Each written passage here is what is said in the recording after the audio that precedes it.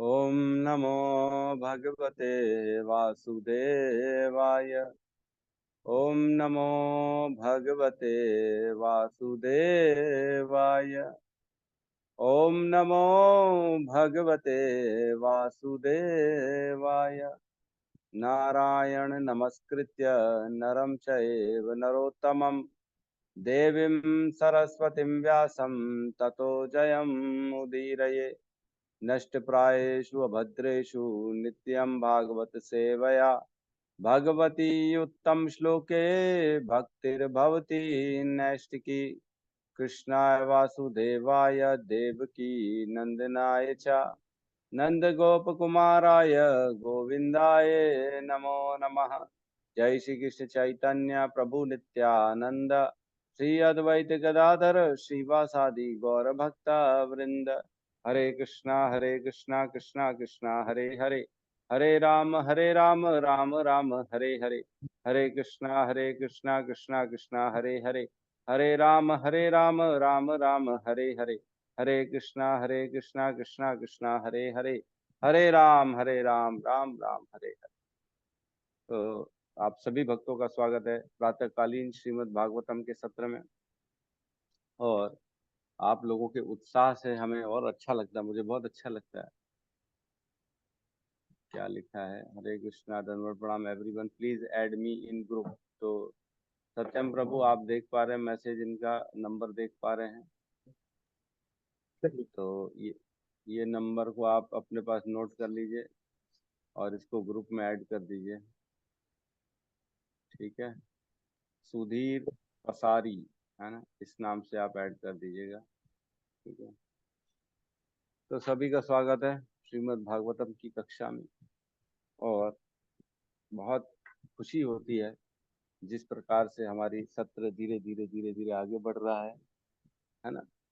और बने रहना हमारा काम है, क्योंकि हमने कल पढ़ा कि श्रील व्यास देव जिस उद्देश्य से उन्होंने क्या देखा, 17 और 18 19 कल हमने किया। तो 17 18 में कहते हैं, परम ज्ञानी ऋषि अपनी दिव्य दृष्टि से युग के प्रभाव से प्रत्येक भौतिक वस्तु की अवनति को देख सकते थे, है ना। डिग्रेडेशन किस प्रकार नीचे शक्ति गुण उनकी खत्म होती जा रही हर वस्तु की, है ना।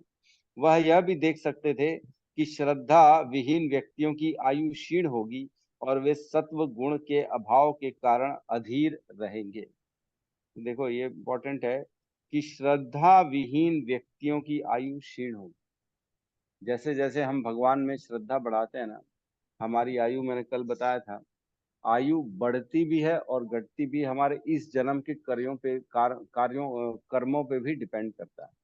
जैसे जैसे हम शास्त्र अनुरक्त भक्ति संपन्न भगवान को प्रसन्नता हेतु कार्य करेंगे तो धीरे धीरे हमारी आयु थोड़ी सी बढ़ जाती है। और अगर हम ऐसे पाप करेंगे, जघन्य अपराध करेंगे, है ना, माताओं को छेड़ना, है ना, और कोई चोरी डकैती, गंदा जो है निंदा करना, ये सब गलत कार्य गलत आचरण करने से हमारी जो है ना आयु कम होती है। तो इसी जीवन की कर्मों से इसी जीवन की आयु कम ज्यादा होती है ना। तो यह भी देखा उन्होंने कि आने वाले युग में आयु क्षीण होगी और वे सत्व गुण के अभाव के कारण अधीर रहेंगे। सतो गुण में कोई रह ही नहीं पाएगा, सब रजोगुण और तमोगुण में रहेंगे सारे व्यक्ति। और इसके कारण वो एकदम परेशान रहेंगे, विचलित रहेंगे, अधीर रहेंगे, पेशेंस नहीं रहेगा उनके अंदर, धैर्यवान नहीं रहेंगे। धैर्य नहीं रहेगा तो कुछ सोचने समझने की शक्ति नहीं रहेगी। हम देखते हैं, मैं देखता हूँ कई बार मेरे ऑफिस में लोग आते हैं, उनको वेट करने बोलते हैं ना, थोड़ी देर बैठो, बिजी हैं सर, बिजी हैं ऐसा बोलते हैं। तो बैठने में भी ऐसा इधर देखेंगे उधर देखेंगे, पैर हिलाते रहेंगे, मुंडी हिलाते रहेंगे, कभी ये करेंगे अरे ध्यान, थोड़ी देर शांति से बैठ जाओ भाई। बैठते ही नहीं शांति। ये क्या है? ये रजो और तमोगुण का जो है ना, जो है असर दिख रहा है लोगों पे। तो अधीर रहेंगे। और क्या कहेंगे, और क्या कहते हैं आगे? इस प्रकार उन्होंने समस्त वर्णों तथा आश्रमों के मनुष्यों के कल्याण पर विचार किया। व्यासदेव ने सभी के कल्याणों पर विचार किया कि क्या सबके लिए अच्छा है, मैं उसके बारे में सोचूं। किस प्रकार जन सामान्य क्या मैं उद्धार कर सकूं, इस पर विचार किया।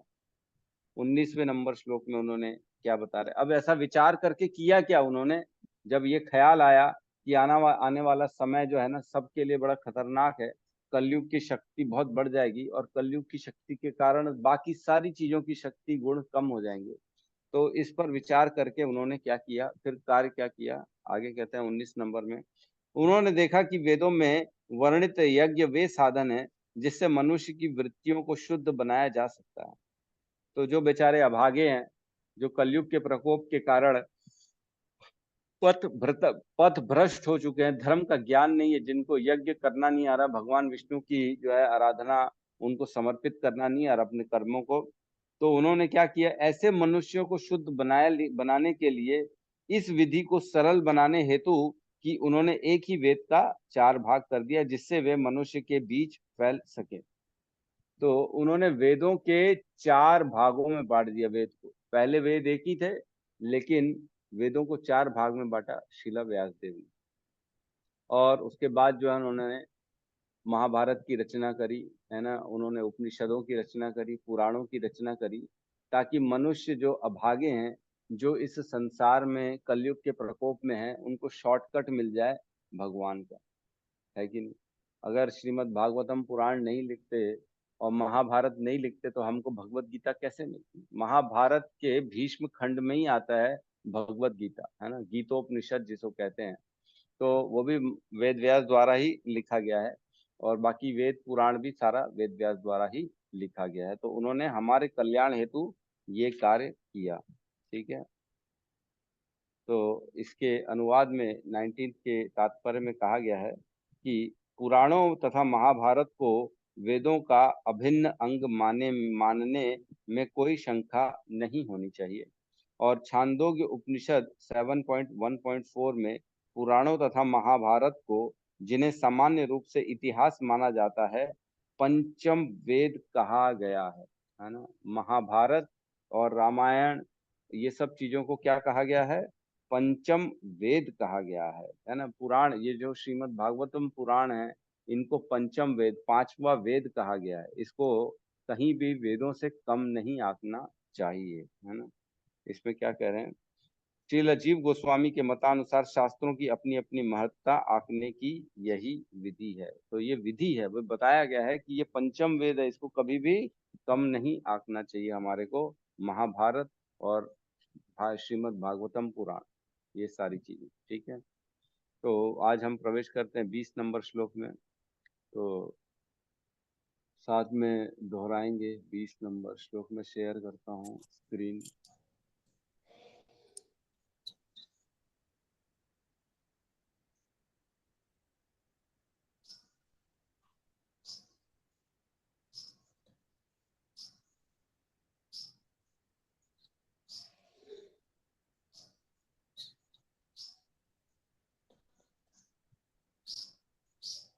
ट्वेंटी नंबर श्लोक।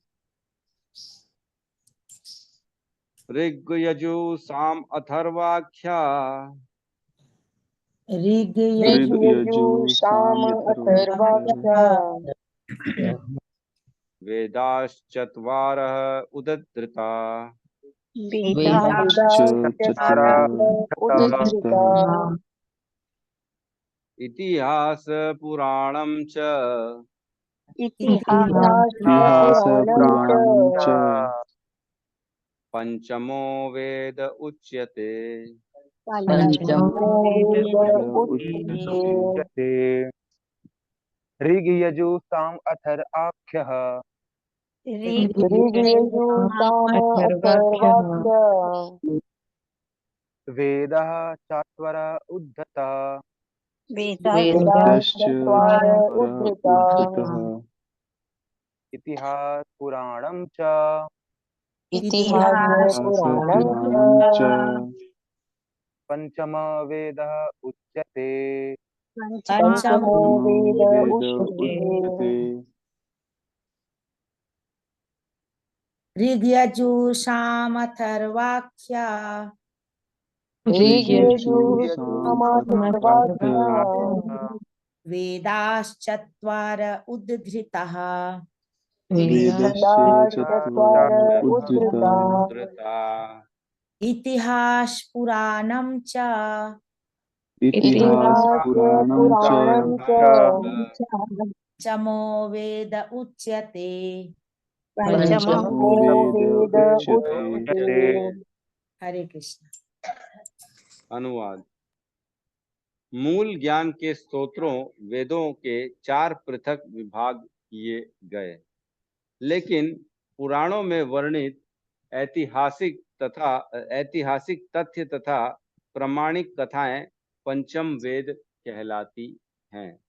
ओम अज्ञानतिमिरन्धस्य ज्ञानाञ्जनशलाकया चक्षुरुन्मिलितं येन तस्मै श्रीगुरुवे नमः। श्रीचैतन्यमनोभीष्टं स्थापितं येन भूतले स्वयं रूप कदा मह्यं ददाति स्वपदान्तिकं।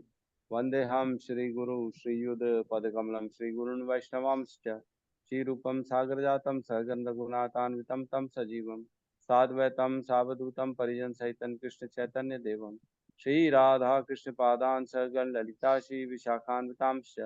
हे कृष्ण करुणा सिंधु दीन बंधु जगतपते गोपेश गोपिका कांता राधा कांत नमस्तुते। तप्त कांचन गौरांगी राधे वृंदावनेश्वरी वृषभानुसुते देवी प्रणमामि हरिप्रिय। वाञ्छाकल्पतरुभ्यश्च कृपा सिन्धुभ्य एव च पतितानां पावनेभ्यो वैष्णवेभ्यो नमो नमः। नमो विष्णुपादाय कृष्णपृष्ठाय भूतले श्रीमते भक्ति वेदांत स्वामी नामिने नमस्ते सरस्वते देवे गौरवाणी प्रचारिणे निर्विशेष शून्यवादी पाश्चात्य देश तारिणे।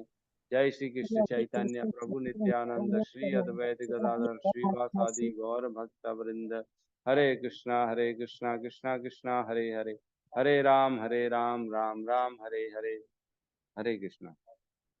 तो 20 नंबर श्लोक में कह रहे हैं, अब हम थोड़ा सा फास्ट चलेंगे क्योंकि कुछ है नहीं इसमें ज़्यादा बहुत डिस्कस करने का, एक्सप्लेनेशन नहीं है कुछ भी, सिर्फ हम बस समझेंगे और आगे बढ़ेंगे। यहाँ अगर ऋग यजुर साम अथर्व आख्या, मतलब ये 4 वेदों का जो उन्होंने विभाजन किया, ऋग्वेद के नाम से, यजुर्वेद के नाम से, सामवेद के नाम से, अथर्ववेद, इन 4 नामों से एक वेद जो था, पहले मूल एक ही था, उसको 4 भागों में डिवाइड किया। वेदा चत्वार उद्धृता, है ना, पृथक पृथक अंगों में उनको बांटा। इन वेदों को उनके उनके जो है उद्देश्य के अनुरूप में, किसी में कुछ किसी में कुछ, है ना। और क्या करें, इतिहास पुराणम च, और इतिहास, इतिहास मतलब जो हो चुका है एक्चुअल में, इतिहास उसको कहते हैं इतिहास। तो इतिहास पुराणम च, तो ऐसे ऐतिहासिक, जैसे महाभारत का काव्य, उन्होंने महाभारत की रचना करी वेद व्यास ने। और पुराणम च, समस्त पुराण, हमने पहले ही चर्चा करी थी, 18 पुराण वेद व्यास ने लिखे थे। पहले 17 पुराण लिखे थे, फिर जब उनको असंतोष हुआ तब 18वां पुराण, नारद जी के कहने से, नारद जी के ज्ञान से 18वां पुराण जो कि श्रीमद् भागवतम है, जिसको हम पढ़ रहे हैं, इस पुराण की रचना करी वेद व्यास जी ने। तो इतिहास पुराणम च पंचम वेद उच्यते, इतिहास और पुराणों को 5वां वेद कहा जाता है, पंचम वेदम उच्यते कहा जाता है ना। तो इतिहास में महाभारत हो गया, रामायण हो गया, और पुराणों में श्रीमद् भागवतम पुराण हो गया। इनको 5वां वेद कहा जाता है। इनको कभी भी वेदों से कम आंकना नहीं चाहिए, है ना। कई लोग रहते हैं, वो बोलते हैं हम तो केवल वेद मानते हैं, हम तो पुराण नहीं मानते हैं। तो उनको ये श्लोक बताया जा सकता है कि भैया ये भी पंचम वेद ही कहा जाता है, क्योंकि श्रीमद् भागवतम जो है ना, वेदांत की टिप्पणी है। श्रीमद् भागवतम समस्त वेदों के अंत का सार की टिप्पणी है ना। तो ये कभी भी भगवान से अलग नहीं है, ये स्वयं भगवान का अंग है। हमने पढ़ा है, हमने फोटो भी देखी है कि 12 कैंटो जो है किस प्रकार भगवान के अंग है ना। 1 और 2 कैंटो भगवान के पैर हैं, 3 और 4 भगवान की जंगा हैं, 5 भगवान की कटी भाग हैं, 6-7 भगवान की भुजाएं हैं, और 8 भगवान का वक्ष स्थल है, 9 भगवान की गर्दन है जिसको हम बोलते हैं, और 10 भगवान के होंठ हैं जो है ना, जिसमें सारा भगवान का गूढ़ रहस्य है। भगवान के सारे जो है ना रास लीला जिसको कहते हैं हम, वो 10वें कैंटो में, वो भगवान के लिप्स हैं, और 11वां भगवान का माथा है और 12वां भगवान का ब्रह्मरंध्र है, ऊपर सर है। ठीक है, इस प्रकार भगवान के ये अंग हैं, ये अलग नहीं है श्रीमद् भागवत। ठीक है, अगले श्लोक में हम प्रवेश करते हैं, श्लोक नंबर 21।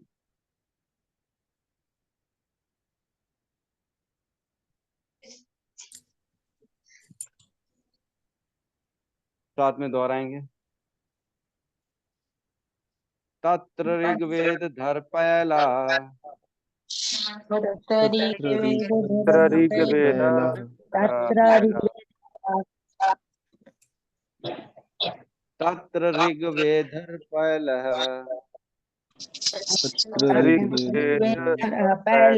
पहला सामगो जैमिनी कवि, सामगो जमिनी कवि,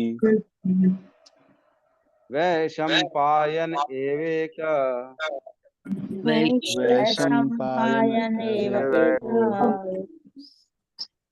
निष्णातो यजुषामृत, निष्णातो निष्णातो यजुषामृत, एखाने बोस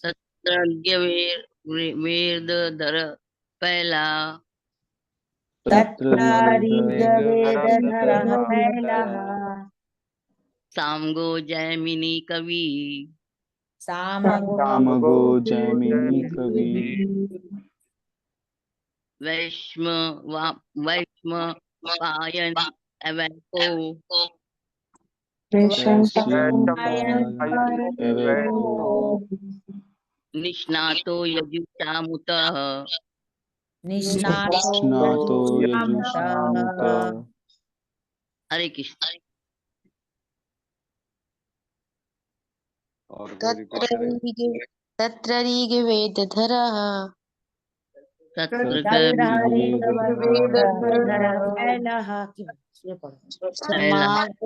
सामगो जैमिनी कवि, सामगो जैमिनी कवि, वैशंपायन एवेको, एवेको, निष्णातो यजुषामत,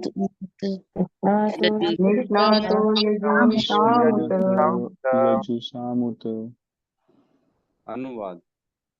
वेदों के 4 खंडों में विभाजित हो जाने के पश्चात पैल ऋषि ऋग्वेद के आचार्य बने और जैमिनी सामवेद के, यजुर्वेद में एकमात्र वैशंपायन यशस्वी हुए।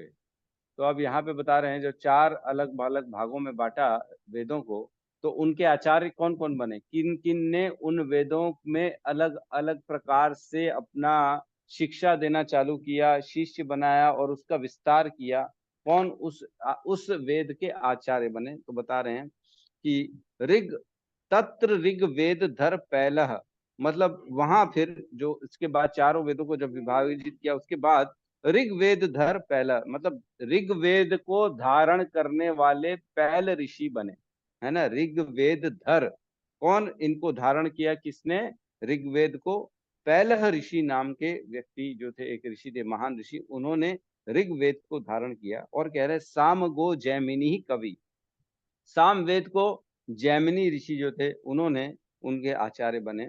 और वैशंपायन एव एको, और बचे जो है वैशंपायन जो थे ना, वो एक अकेले ही उन्होंने यजुशाम उतः निष्णात और यजुशाम उतः, उसके यजुर्वेद के जो है एक ही वैशंपायन अकेले उनमें पटु हो गए उस वेद में, और उसका जो है ना मतलब कीर्ति फैलाई, उसमें अलग अलग अनुष्ठान करवाए, एक्चुअल में प्रैक्टिकल लोगों को समझाया, शिक्षा दी, उसके आचार्य बने, टिप्पणियां करी। ये सारे कार्य जो हैं इन अलग अलग वेदों को अलग अलग आचार्यों ने किए। तो तात्पर्य में कह रहे हैं, ये मैंने पढ़ लिया, मैंने अनुवाद पढ़ लिया, क्या अनुवाद हो गया आपने?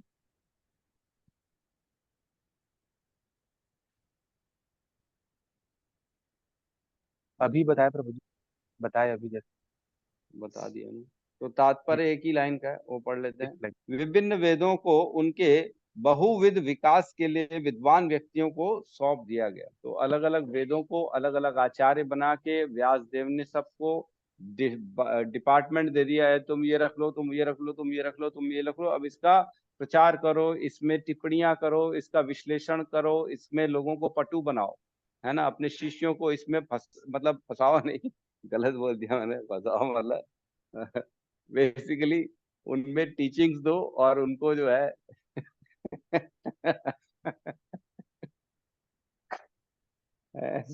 हमारे को लोग बोलते ना, अरे कैसा इस्कॉन में फंसा दिया यार तुमने हमारे को। इस्कॉन वाले को दोष देते लोग, जो भौतिकवादी व्यक्ति होते हैं ना, वो दोष देते हैं, अरे फंसा दिया इस्कॉन वालों ने हमारे बेटे को, फंसा दिया, इसलिए उसको खाली लूट रहे हैं, ये कर रहे हैं, वो कर रहे हैं।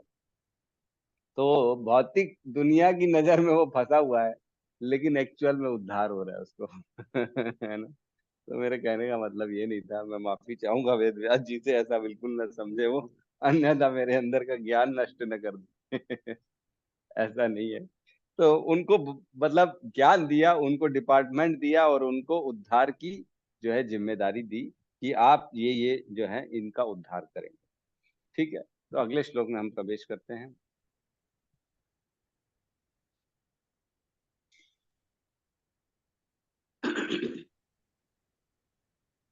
श्लोक नंबर 22, इसमें प्रवेश करेंगे, साथ में दोहेंगे। अथर्व अंगीरसामासीत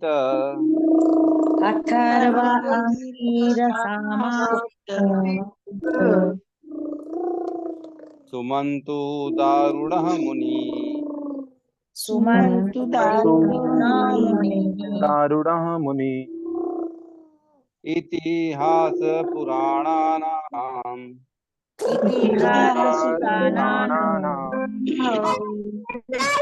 पिता मे रोमहर्षणः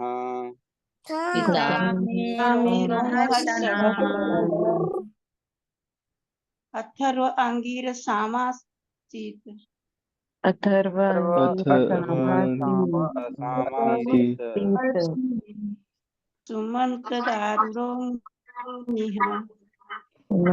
सुमन्तु दारुणो मुनिः दारुणो मुनिः इतिहास पुराणानाम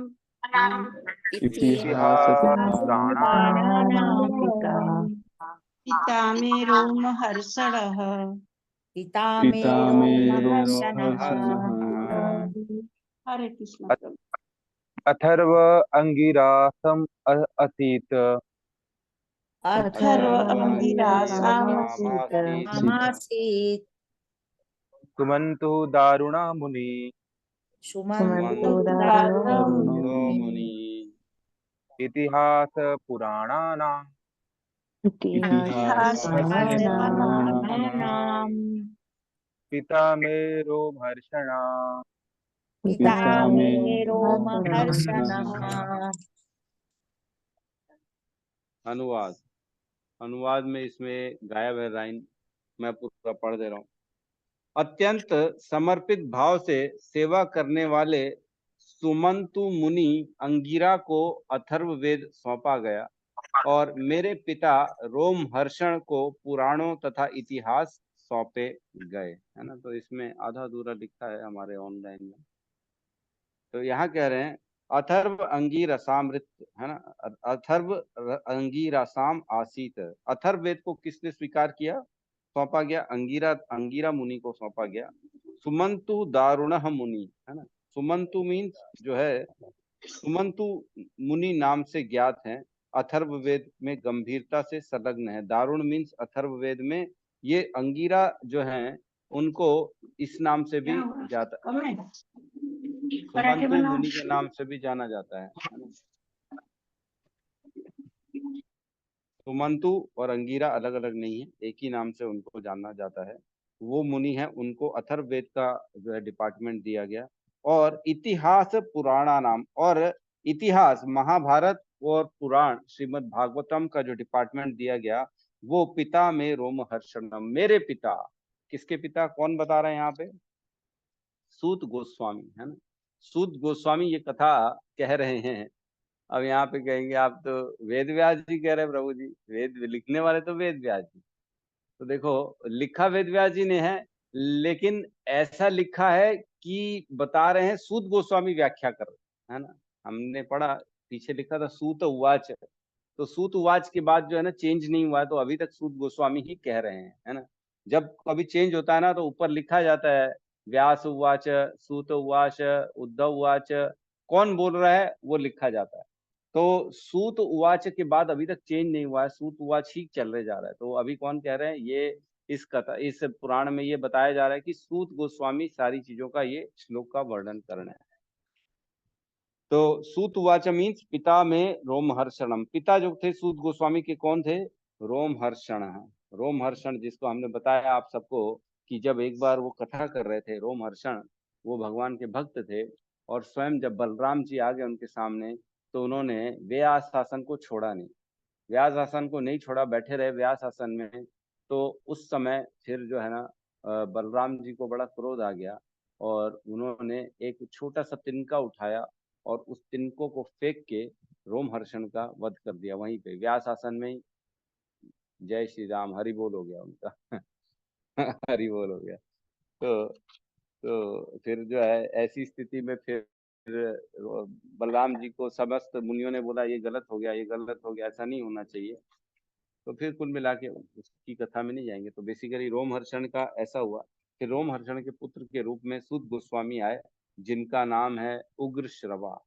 उन्होंने यह श्रीमद् भागवतम की कथा सुखदेव गोस्वामी से सुनी, और लगभग 100-200 साल बाद नैमिषारण्य में उसकी कथा का एज इट इज वर्णन किया, और वही श्लोक सारे के सारे बोले जा रहे हैं।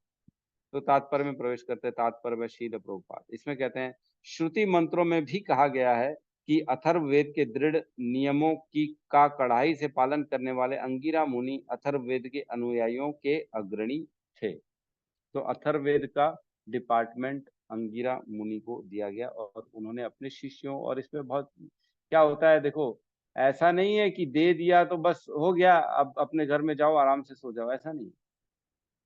जिनको जिनको डिपार्टमेंट दिया जाता है उसको दृढ़ता से उसको फॉलो करना है, उसका प्रचार करना है, उसको समझना है, उस पर टिप्पणियां लिखनी है, अपने शिष्यों को उसका ज्ञान देना है, प्रैक्टिकल ज्ञान देना है, तरह तरह के एग्जाम्पल्स के साथ ज्ञान देना है।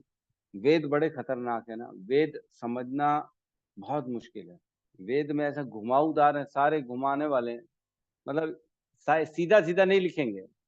वो ये लिखेंगे वहां ये भी नहीं है, भगवान तो शरीर भी नहीं है, भगवान तो ये भी नहीं है, भगवान तो वो भी नहीं है, भगवान मतलब ये नहीं बताएंगे कौन है, ये नहीं बताएंगे कृष्ण है भगवान, ये नहीं बताएंगे। वो बताएंगे उनमें ये क्वालिटी है, ये क्वालिटी है, ये नहीं है, वो नहीं है, वो भगवान है। अरे तो नाम नहीं बताएंगे। तो कुल मिला के जो है ना वो घुमाते रहते हैं। वही एक है जो हर कहीं व्याप्त है, वही एक है जिसकी एनर्जी है, वही एक है जिससे सब कुछ सृष्टि चलती है, लेकिन कौन है ये नहीं बताएंगे। तो ये सब ऐसे घुमाने वाले वेदों में बहुत खतरनाक टाइप से लिखा हुआ। ठीक है, तो अगले श्लोक में हम प्रवेश करते हैं। श्लोक नंबर 23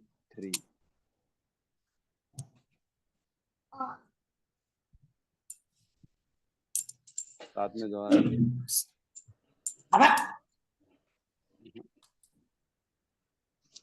ताएते ऋषयः वेदम्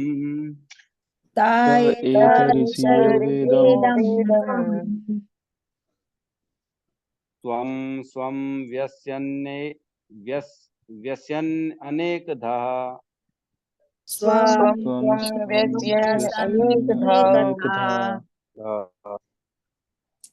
शिष्य प्रशिक्ष्य तत्शिष्ये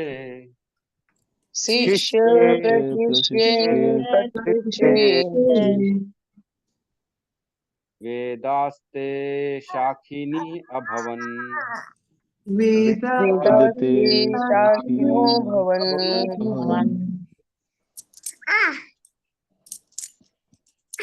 त एतऋषयो वेदम् ऋषयो वेदम् स्वं संव्यस्यन् अनेकधा स्वं स्वं व्यसन् अनेकधा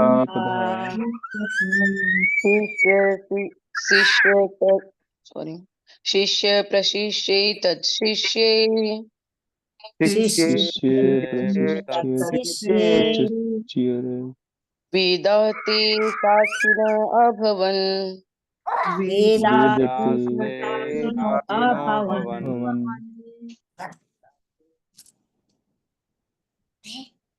ता एता ऋषयो वेदं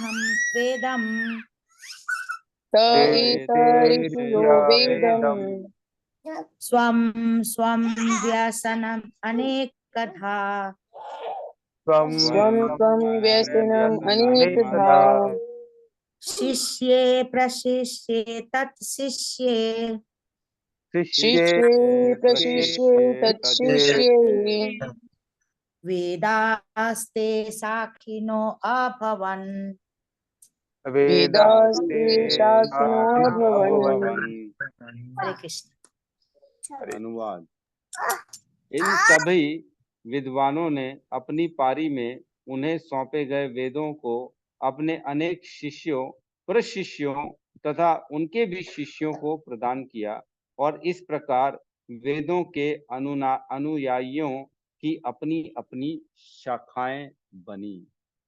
अब क्या बता रहे हैं, जो 4 वेद थे, 4 आचार्यों को जब बांटे गए तो उन चारों आचार्यों ने ये जो ज्ञान था वेदों को अपने शिष्यों को दिया, उनके शिष्यों को दिया और उनके शिष्यों को भी इस प्रकार गया। तो इस प्रकार ये फैल गया और इसकी अनेक अनेक शाखाएं बन गई, है ना, अनेक अनेक शाखाएं बन गई। तद एतः ऋषयो वेदम, तब वे सब जो विद्वान थे, जो जिनको डिपार्टमेंट मिला था, जो जिनको जिनको जो ऋषि को जो वेद का डिपार्टमेंट मिला, है ना, स्वयं स्वयं व्यसन एकधा, वो अपने अपने विषयों में जो अपना अपना व्याख्या प्रस्तुत किया, वो अनेक अनेक प्रकार के अपने अपने विषयों में व्याख्याएं प्रकट लिखी उन्होंने, या जो भी है लिखा प्रस्तुत किया। फिर क्या किया, शिष्य प्रशिष्य तत्शिष्य, मतलब शिष्य उनके शिष्य और उनके भी शिष्यों द्वारा, है ना, इनको मतलब शिष्य गुरु शिष्य परंपरा की बात चल रही यहाँ पे कि जो भी ज्ञान है गुरु शिष्य परंपरा से मिलना चाहिए।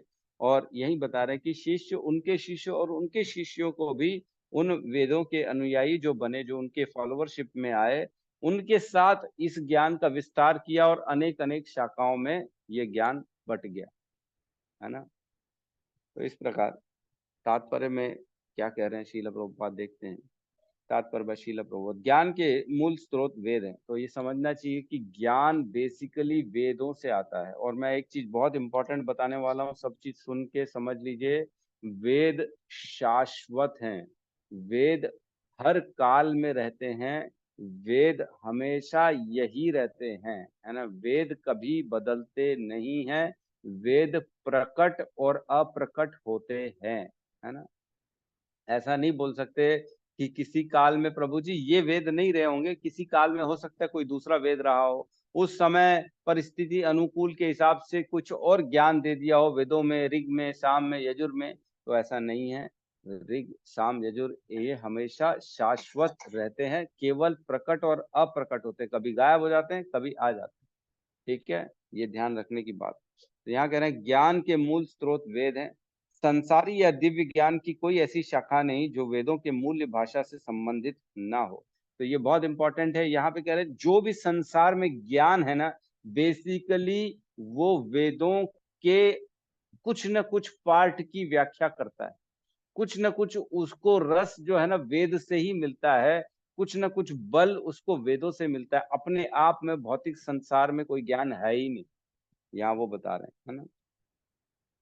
जो वेदों के मूल भाष्य से संबंधित हो, उन्हें सामान्यतः विभिन्न शाखाओं के रूप में विकसित कर लिया गया। मूलतः वे महान सम्मानीय एवं विद्वान आचार्यों द्वारा बनाई गई। दूसरे शब्दों में वैदिक ज्ञान विभिन्न गुरु शिष्य परंपराओं द्वारा भिन्न भिन्न शाखाओं में विभाजित होकर समस्त विश्व में वितरित किया गया। अतः वेदों के परे स्वतंत्र ज्ञान का दावा कोई नहीं कर सकता, मतलब वेदों के अलावा कोई और ज्ञान है ही नहीं।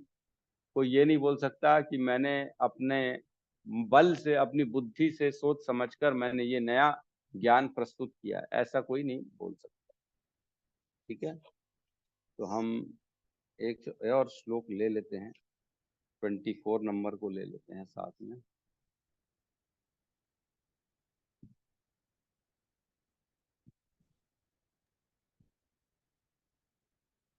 दोहराएंगे साथ में, है ना। त एव वेदो दुर्मेधे तैव एव वेद दुर्मेधे धार्यन्ते पुरुषैर्यथा धार्यन्ते धार्यन्ते पुरुषैर्यथा एवं चकार भगवान् एवं एवं चकार चकार भगवान् व्यासः कृपणवत्सलः व्यासः व्यासः व्यासः कृपणवत्सलः कृपणवत्सलः ता ते एव एव वेदा दुर्मेधैर् ता त एव एव वेदा दुर्मेधैर् धार्यन्ते पुरुषैर्यथा धार्यन्ते धार्यन्ते पुरुषैर्यथा पुरुषैर्यथा एवं चकारं भगवान् एवं एवं चकार चकार भगवान् भगवान् व्यासः कृपणवत्सलः व्यासः व्यासः व्यासः कृपणवत्सलः कृपणवत्सलः त एव वेद दुर्मेधे ता ते एव एव वेदा वेद दुर्मेधे दुर्मेधे धार्यन्ते पुरुषैर्यथा धार्यन्ते धार्यन्ते पुरुषैर्यथा पुरुषैर्यथा एवं चकार भगवान् एवं एवं चकार चकार भगवान् भगवान् व्यासः कृपणवत्सलः व्यासः व्यासः कृपणवत्सलः। कृपणवत्सलः। अनुवाद। इस प्रकार अज्ञानी जन समूह पर अत्यंत कृपालु ऋषि श्रील व्यास देव ने वेदों का संकलन किया, जिससे अल्प बुद्धि वाले मनुष्य भी उनको आत्मसात कर सके। तो इस प्रकार बताया, जो 4 वेदों को बनाया, क्यों बनाया, उसका उद्देश्य क्या था कि जब उन्होंने देखा अल्पज्ञ जो कलयुग के प्रकोप के कारण व्यक्तियों की बुद्धि खत्म हो गई है, आयु खत्म हो गई है, दुर्मेधान हो गए हैं, दुर्बुद्धि हो गए हैं, उनको समझ में नहीं आ रहा है कुछ भी, वो ऐसे व्यक्तियों के लिए क्या किया, वेद व्यास जी ने ये चारों वेदों का विभाग किया ताकि इजीली कोई भी अंडरस्टैंड कर सके, परेशानी ना हो उनको। ता एव वेदो दुर्मेधो, है ना। तो जो ऐसा निश्चय किया, मतलब अल्पज्ञों के द्वारा ज्ञान के ग्रंथ ना, अल्पज्ञों के द्वारा भी वेदा दुर्मेधा, दुर्मेधा मीन जिसकी अकल कम है, जो अल्पज्ञानी है, उनके लिए वेदों का ऐसा काम किया गया। पुरुषार्थ यथा, है ना, ताकि वो भी अपना पुरुषार्थ अपना कर सकें, क्योंकि अल्प बुद्धि है, उनको पता ही नहीं पड़ेगा, उनकी सीमा खत्म हो जाएगी, शरीर का शक्ति खत्म हो जाएगी, उम्र खत्म हो जाएगी, तो पुरुषार्थ नहीं कर पाएंगे। पुरुषार्थ करने के लिए, इजी अंडरस्टैंडिंग के लिए वेद व्यास जी ने ये काम किया, मनुष्यों के द्वारा पुरुषार्थ हो सके, अल्पज्ञ पुरुषों द्वारा पुरुषार्थ का काम हो सके, इसलिए वो किया। क्या किया? एवं चकार भगवान व्यासः, क्या किया? इस प्रकार चकार संकलित किया, मतलब 4 विभागों में डिवाइड कर दिया वेदों को, भगवान व्यासः। भगवान, भगवान मीन्स यहाँ पे शक्तिशाली ले रहे हैं प्रभुपाद इसका आंसर, भगवान का अर्थ, क्योंकि ये व्यास देव भी हमने पढ़ा भगवान के ही अवतार हैं, है ना। हमने तीसरे अध्याय में जब अवतारों का चर्चा करी थी तो उसमें व्यास देव का भी नाम आया था। तो भगवान व्यास कृपण वत्सलः, मतलब कृपण वत्सलः इसका अनुवाद बहुत अच्छा लिया है यहाँ पे। 4 विभाग कर दिया भगवान व्यास जी ने, किनके लिए? कृपण वत्सलः के लिए किया। तो कृपण का अर्थ होता है कंजूस, है ना, हमने पढ़ा है। कृपण मीन्स कंजूस, मतलब ऐसा व्यक्ति जो कंजूस है। सपोज करो किसी के पास, हम बोलते हैं अरे खर्चा ही नहीं करता, एकदम एकदम कंजूस टाइप का आदमी है, मतलब इसमें 2 कारण हो सकते हैं। या तो उसके पास सचमुच में धन नहीं है इसलिए नहीं खर्चा कर पाता, या तो धन है और खर्चा नहीं कर पाता। तो जिसके पास धन है और वो खर्चा नहीं करता, तो ऐसे व्यक्ति को कंजूस कहा जाता है। तो यहाँ पे कृपण वत्सलः कहने का अर्थ यह है, ऐसे व्यक्ति जिनके पास बहुत बड़ी संपत्ति है और उस संपत्ति का उपयोग नहीं कर रहा, है ना। कंजूस का अर्थ ये हुआ बहुत बड़ा संपत्ति है जिसके पास, लेकिन उस संपत्ति का तनिक भी उपयोग नहीं करता।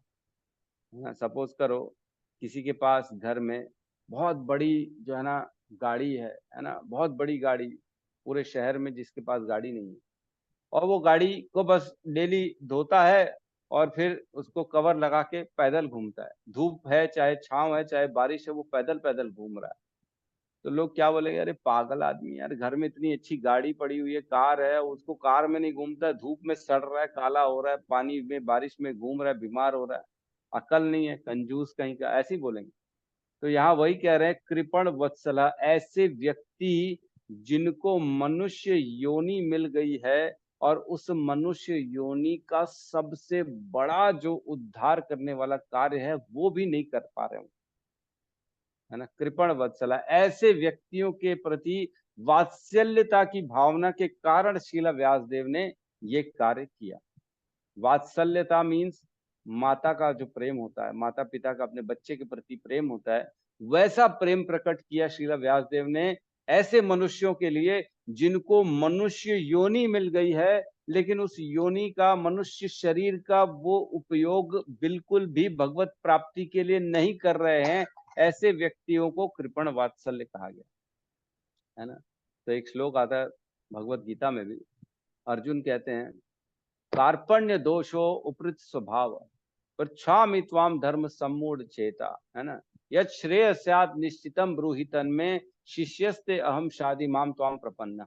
2.07 इसमें कहते हैं अर्जुन, हे कृष्ण, हे मेरे जो है ना स्वामी, कार्पण्य दोषो उपृत स्वभाव, मेरे स्वभाव में एक दोष का उत्पन्न हो गया। कौन सा दोष? कार्पण्य दोष। कार्पण्य दोष क्या है? यही दोष है कि सेल्फिशनेस, है ना, अपने पास होते हुए भी उसको नहीं समझ पा रहे, ऐसा दोष उत्पन्न हो गया है। मैं समझ नहीं पा रहा हूं कि मैं करूं क्या, मैं अब इस युद्ध के बीच में खड़ा हूं, मेरे को कुछ समझ में नहीं आ रहा, बुद्धि भ्रष्ट हो गई है कि मेरे पास सब कुछ है, संसाधन है, लड़ने के लिए गांडीव है, रथ है, शरीर है, बल है, गुरु द्रोण के द्वारा दी हुई मेरे पास शिक्षा है, लेकिन मैं कर नहीं पा रहा हूं। क्यों? क्योंकि कार्पण्य दोष हो, कृपणता का दोष उत्पन्न हो गया है। क्या? कि मैं सोच नहीं पा रहा हूं, मैं, मेरे सेल्फिशनेस आ गई है मेरे अंदर कि मैं करूं क्या, युद्ध करूं कि नहीं करूं। मेरे को ऐसा लग रहा है कि मैं चले जाऊं हिमालय सब छोड़ दूं, तो समझ में नहीं आ रहा था। इसलिए कहते हैं, पृच्छामि त्वाम धर्म सम्मूढ़ चेता, मैं आपसे पूछ रहा हूं कि धर्म संगत मेरे लिए क्या है ना। यत् श्रेयस्यात् निश्चितम ब्रूहि तन्मे, जो मेरे लिए सबसे श्रेष्ठ हो कृपा करके मुझे वो बताओ। शिष्यस्ते अहम शादी माम त्वाम प्रपन्न, मैं आपका शिष्य हूं, अब आपको गुरु स्वीकार कर रहा हूं, अब मैं आपके चरणों में आपके शिष्य के रूप में हूं, मुझे अब जो है आप प्रवचन दीजिए। इस प्रकार जो है ना कार्पण्य का वहां पे अर्थ लिया गया। तो ये बहुत जो है ना श्लोक में अच्छा इसमें बताया गया है कि जिससे अपनी बुद्धि का हम आत्मसात, मतलब ऐसे मनुष्य जो अपनी बुद्धि से अपना आत्मसात भी नहीं कर सकते, अपना उद्धार भी नहीं कर सकते, ऐसे व्यक्तियों पे कृपा करने के लिए व्यास देव ने इस प्रकार के कार्य किए। मतलब 4 वेद लिखे और पंचम वेद भी लिखा, जो कि महाभारत और पुराण था। तो पंचम वेद क्यों लिखा? क्योंकि आसानी से समझने के लिए कथाएं अच्छे से समझा देती व्यक्ति को। फिलॉसफी की बात करें ना तो नहीं समझ पाएंगे, लेकिन कथा के माध्यम से किसी को भी समझाएंगे। जैसे अजामिल की कथा के माध्यम से हम समझाते हैं कि भगवान के नाम में कितना बड़ा बल है, कितनी शक्ति होती है कि इवन यमदूतों को भी वापस भेज दिया था।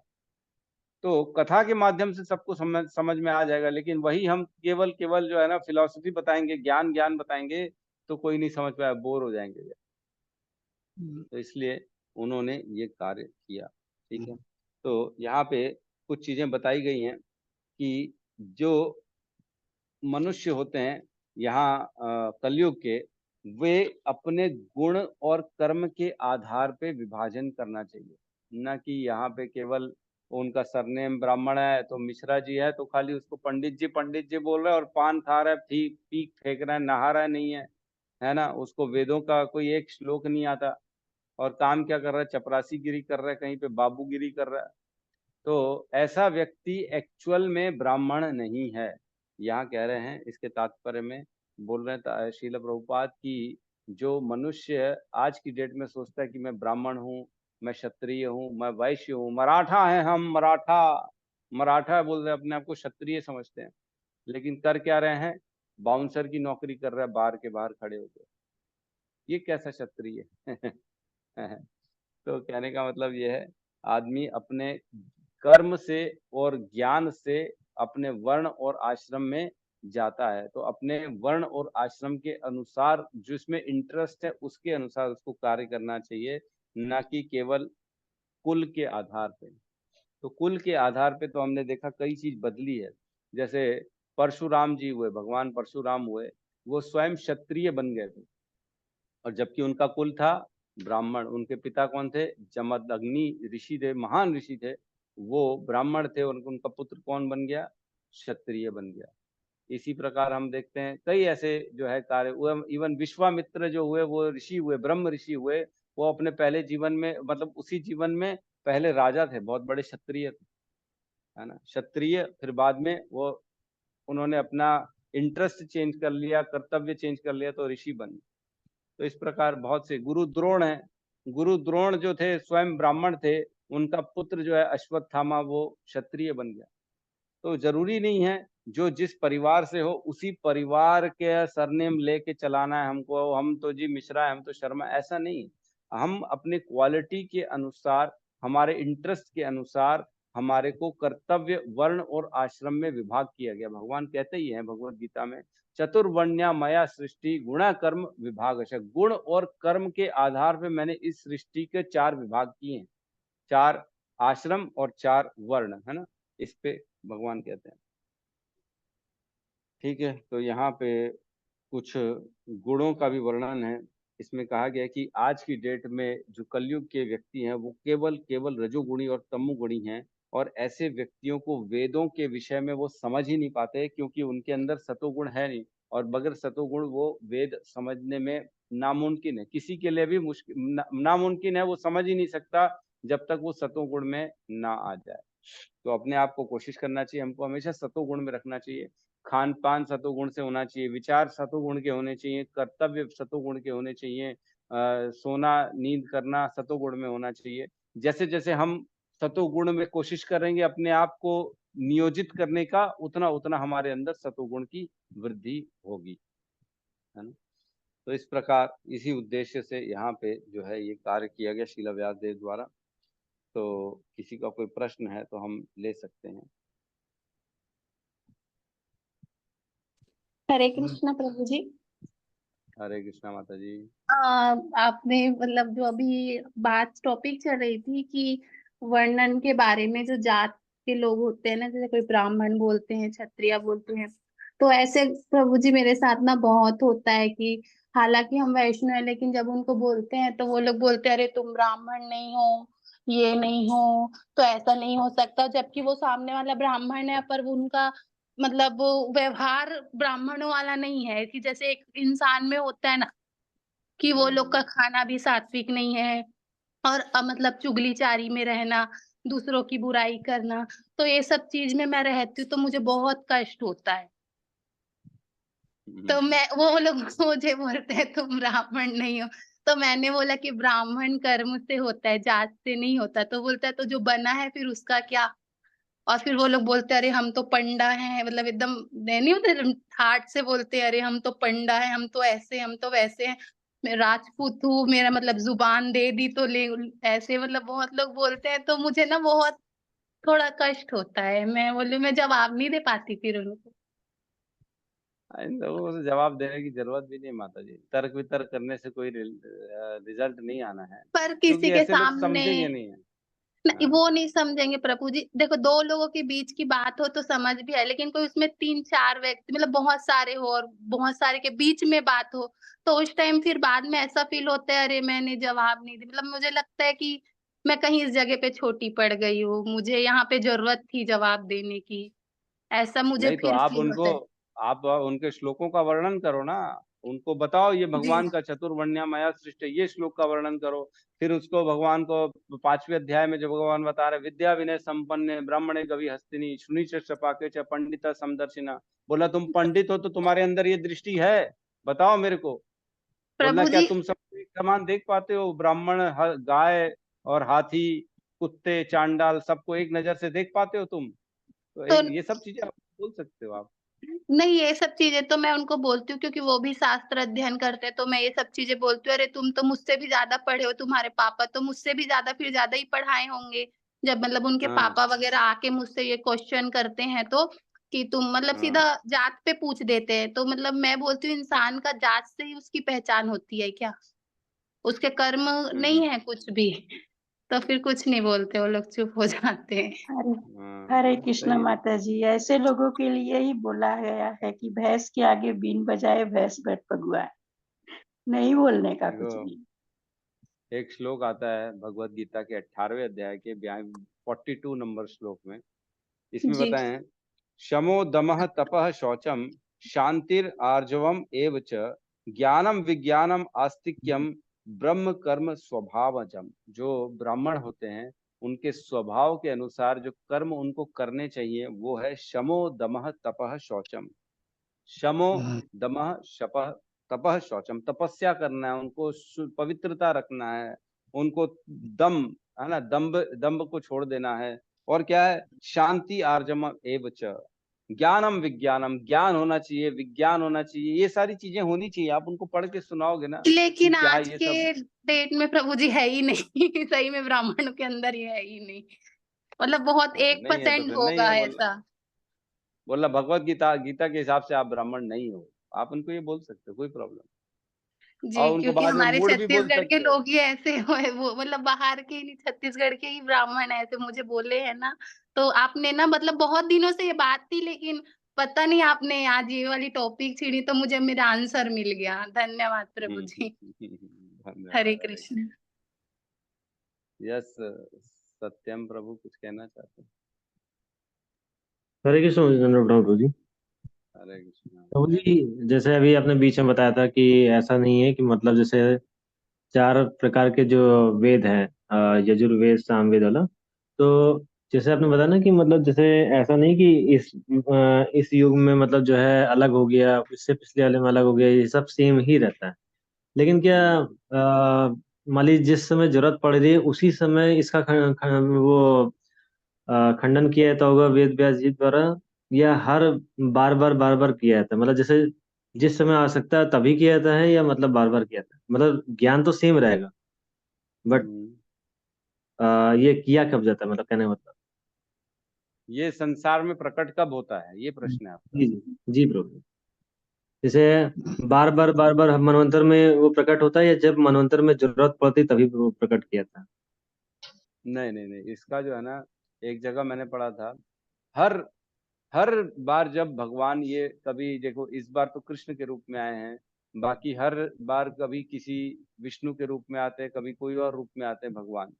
तो जब आते हैं जी उसके बाद हर बार व्यास जी आते हैं, और हर बार वो इन वेदों का ये करके जाते हैं, डिवीजन करके जाते हैं। हर बार व्यास जी आते हैं, तो कभी कभी व्यास जी का नाम व्यास होता है, कभी कुछ होता है, कभी कुछ होता है, लेकिन आते हर बार हैं। और वो हर बार ये काम करके जाते हैं, हर चतुर्युग में ये आते हैं और ये अपना काम करके जाते हैं, ऐसा होता है। जैसे हम सुनते हैं ना, हर बार सतयुग द्वापर त्रेता, इस समय हर बार सतयुग त्रेता द्वापर और कलयुग आता है। सतयुग में हमेशा भगवान की प्राप्ति का मार्ग ध्यान बना रहता है, त्रेता में हर हर बार यज्ञ बना रहता है, द्वापर में हर बार पूजा अर्चा, विग्रह की पूजा के माध्यम से भगवान की प्राप्ति होती है, और कलयुग में हर बार नाम के द्वारा से भगवान की प्राप्ति होती है। तो वो इसी प्रकार हर बार वो भी आते हैं और वो इसको प्रकट करके जाते हैं। तो इसका मतलब प्रभु जी, जैसे ही ये कलयुग खत्म होगा फिर चतुर्युग भी स्टार्ट होगा, सतयुग, तो फिर मतलब वेद व्यास जी आएंगे, ऐसा समझ सकते हैं प्रभु जी? हाँ आएंगे, बिल्कुल ठीक बोल रहे हैं आप।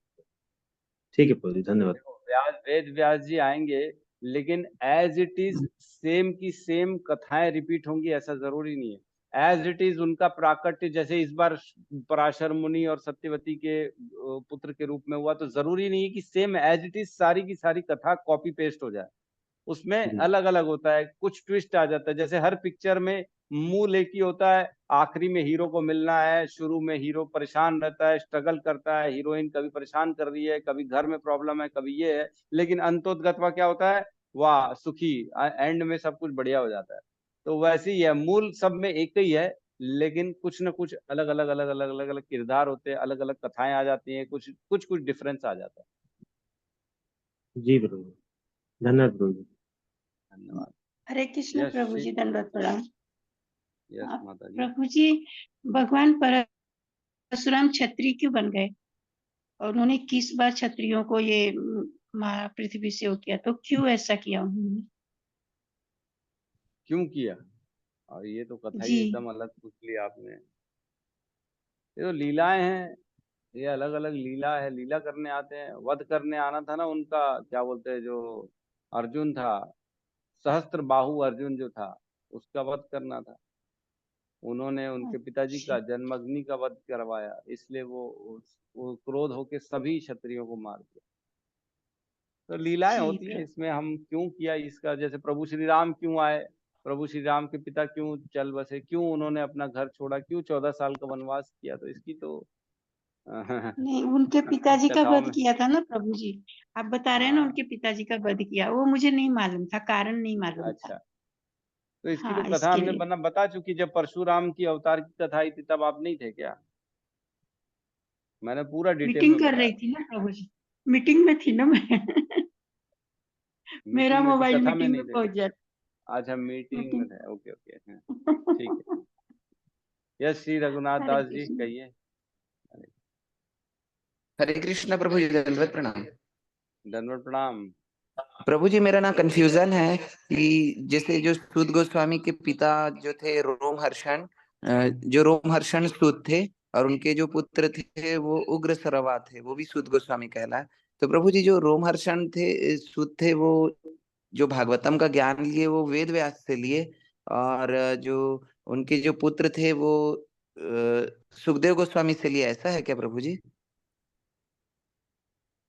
देखो, ये कहना मुश्किल है कि उग्र जो ये थे रोमहर्षण जी, वो किससे ज्ञान लिए, ये तो मेरे ख्याल से अपन ने पढ़ा नहीं है। ये कहाँ से ज्ञान आया उनको, वेद व्यास जी से लिया कि नहीं लिया, ऐसा तो मेरे को नहीं लगता कि हमने कहीं पढ़ा है।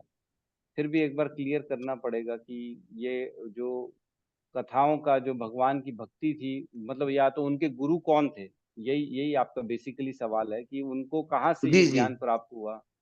तो इसका आंसर एक बार पता करना पड़ेगा, मैंने भी नहीं पढ़ा है प्रभु। हरे जी कृष्णा प्रभु जी, शायद मैं सही तो नहीं होंगी, लेकिन ऐसा सुना है कि उनके पिताजी से ही लिया था, कि उनकी माता जो है राक्षस कुल से थी ना, रोमहर्षण की माता थी ना शायद। नहीं, मेरे को जानकारी नहीं है भाई, कहाँ से कौन से कुल से थी ये जानकारी नहीं। तो कल इस पे चर्चा करेंगे हम कि रोमहर्षण का बैकग्राउंड, उनकी हिस्ट्री क्या है, एक बार चर्चा कर लेंगे, कुछ पता पड़ेगा तो। आप लोग भी अपने अपने लेवल पे पता करिए, बाकी अपने जो है ना अनुमान को मत लाइएगा, शास्त्र का प्रमाण लाइएगा, शास्त्र क्या कह रहे हैं वो बताइएगा, है ना? ठीक है, जी तो प्रभु जी। यहाँ पे हम क्लास को क्लोज करते हैं, सब मिलके हरे कृष्ण महामंत्र का जाप कर लेते हैं।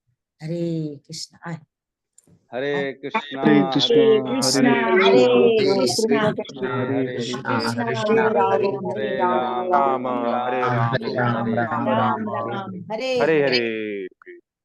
समस्त भक्त वृंद की जय। जय जगत गुरु श्रील जगद्गुरु श्रील प्रभुपाद प्रभुपाद की की जय। जय निताई गौर जय। प्रेमानंदे।